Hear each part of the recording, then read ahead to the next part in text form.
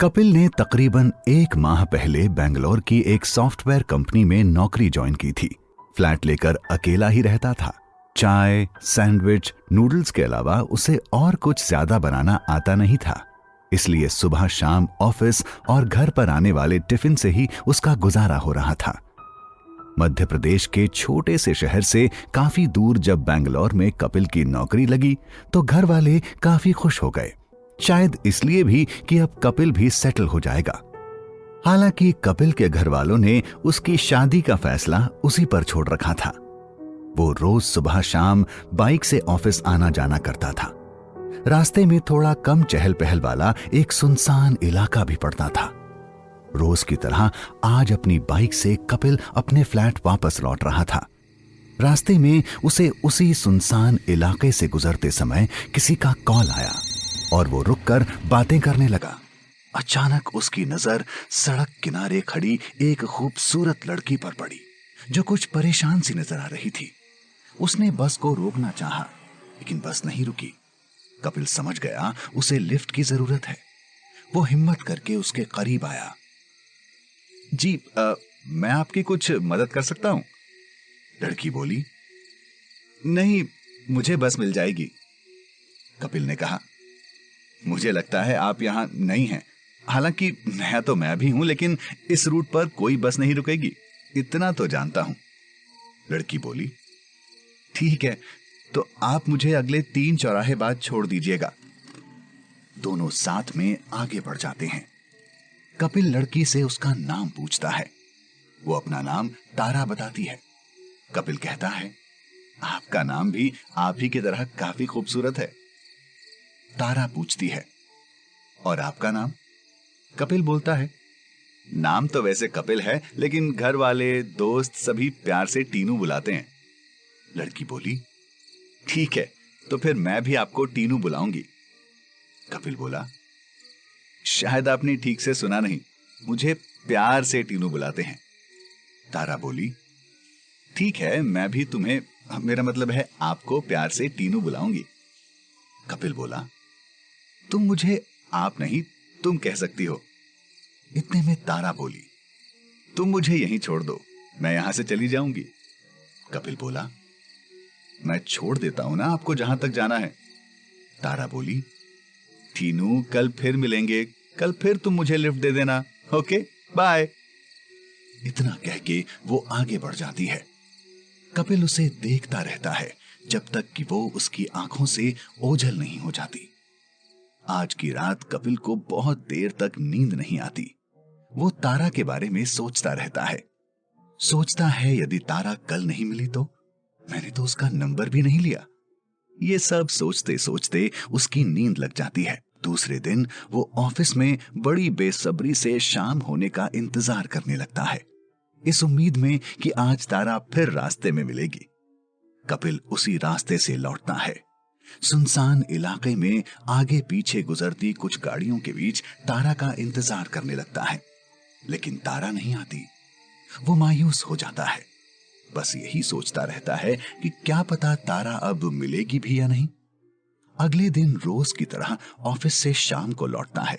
रास्ते में उसी सुनसान सड़क पर कुछ देर के लिए रुककर तारा का इंतजार भी करने लगता है, लेकिन तारा कहीं नहीं दिखती।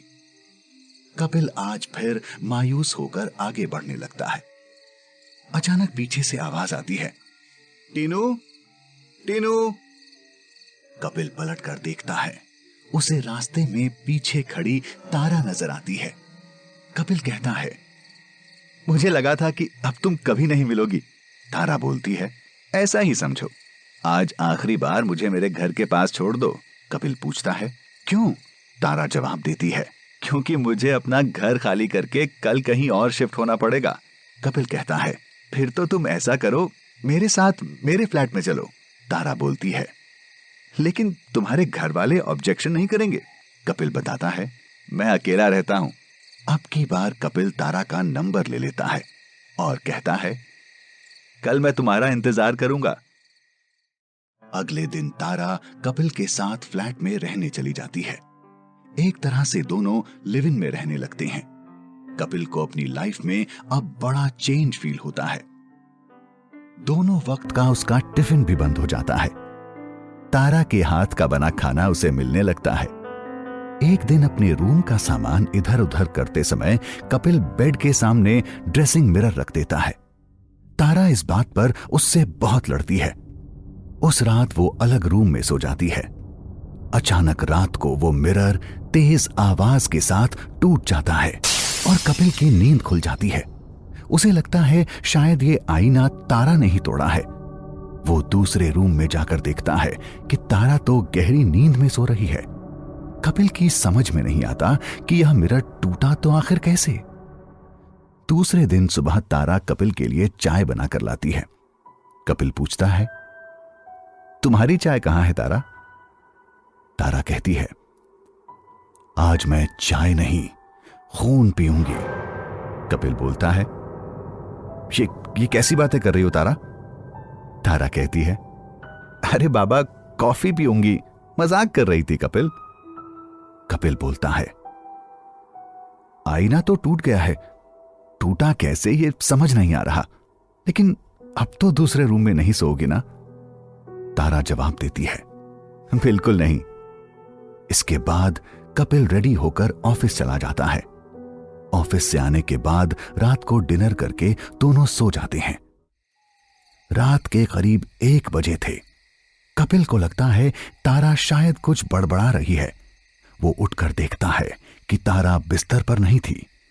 दूसरे रूम में पहुंचने पर उसे साफ सुनाई देता है कि तारा कह रही है, मैं तुम्हें छोड़ूंगी नहीं, मार डालूंगी, तुमने मेरा जीना हराम कर दिया है। कपिल थोड़ा डर जाता है और डरते हुए कहता है, तारा तारा। तारा की जैसे नींद खुल जाती है। तारा हड़बड़ाते हुए कहती है, कपिल मैं तुम्हें बताना भूल गई थी कि मुझे कभी कभी नींद में चलने की आदत है। इसके बाद कपिल और तारा दोनों सो जाते हैं। उसी रात यही कोई 3 बजे कपिल टॉयलेट जाने के लिए उठता है। अचानक उसकी नजर उसी बगल वाले रूम पर पड़ती है। वो देखता है कि तारा बिस्तर में बैठकर अपनी ही उंगलियां चबा रही है और बेड पर खून बिखरा हुआ है। वो वापस अपने रूम में आकर देखता है कि तारा तो बिस्तर पर आराम से सो रही है। कपिल फिर दूसरे रूम में जाता है और देखता है कि वहां कोई नहीं था। उसे लगता है कि शायद ये उसका वहम था। वो टॉयलेट चला जाता है। टॉयलेट से जैसे ही बाहर निकलता है, सामने उसे बिखरे बालों में एकदम लहूलुहान तारा खड़ी नजर आती है और वो डरावनी सी आवाज में कहती है, अब तुम्हारा वक्त आ गया है कपिल। कपिल कुछ बोलना चाहता है लेकिन उसकी आवाज नहीं निकलती। कपिल का मकान मालिक इस हादसे के 1 सप्ताह बाद किराया लेने के लिए पहुंचता है, लेकिन वो देखता है कि घर में कोई नहीं है और फ्लैट अंदर से बंद है। वो दरवाजा तोड़कर अंदर जाता है, लेकिन हैरान रह जाता है कि आखिर कपिल गया तो कहां। इसके बाद दूसरे दिन उसी सुनसान सड़क पर आते जाते लोगों से कपिल लिफ्ट मांगते हुए नजर आता है। 60 साल के बुजुर्ग से नजर आ रहे एक व्यक्ति कपिल को अपनी बाइक में बैठा लेते हैं। कुछ दूर चलने के बाद अचानक उस बुजुर्ग की नजर जैसे ही अपने बाइक की साइड मिरर पर पड़ती है, उनके होश उड़ जाते हैं। पीछे बैठे कपिल की जगह उन्हें बिखरे बालों वाला एक डरावना लहूलुहान सा चेहरा दिखाई देता है। उन्होंने ऐसा सुना था कि इस रास्ते पर कभी कभी एक शैतानी आत्मा का पहरा होता है जो अक्सर आते जाते लोगों को अपना शिकार बनाती है, लेकिन ये यकीन करना बहुत मुश्किल था कि आज उसका शिकार वो ही बनने वाले हैं। इस सब के बावजूद वो खुद को संभाले रखते हैं। वो जानते थे कि ये शैतानी ताकतें, भूत, चुड़ैल अक्सर ईश्वरीय शक्ति के सामने नष्ट हो जाती हैं। इसलिए किसी काम के बहाने वो बाइक से उतरते हैं और कुछ दूर जाकर एक फोन लगाते हैं। इसके बाद वो अपनी बाइक में कपिल को वापस बैठाते हैं और एक पुराने मंदिर की ओर ले जाते हैं। मंदिर में पहुंचते ही अचानक कपिल भागने लगता है। वहां पहले से तैयार एक तांत्रिक जैसे ही कुछ मंत्र पढ़कर अग्नि में घी डालते हैं, कपिल अपने बिखरे बालों और लहूलुहान से शैतानी रूप में वापस आ जाता है। लेकिन मंत्रों के साथ साथ जैसे ही अग्नि और प्रज्वलित होती है, प्रचंड अग्नि के सामने वैसे वैसे वो शैतानी ताकत अपने आप हमेशा हमेशा के लिए भस्म हो जाती है।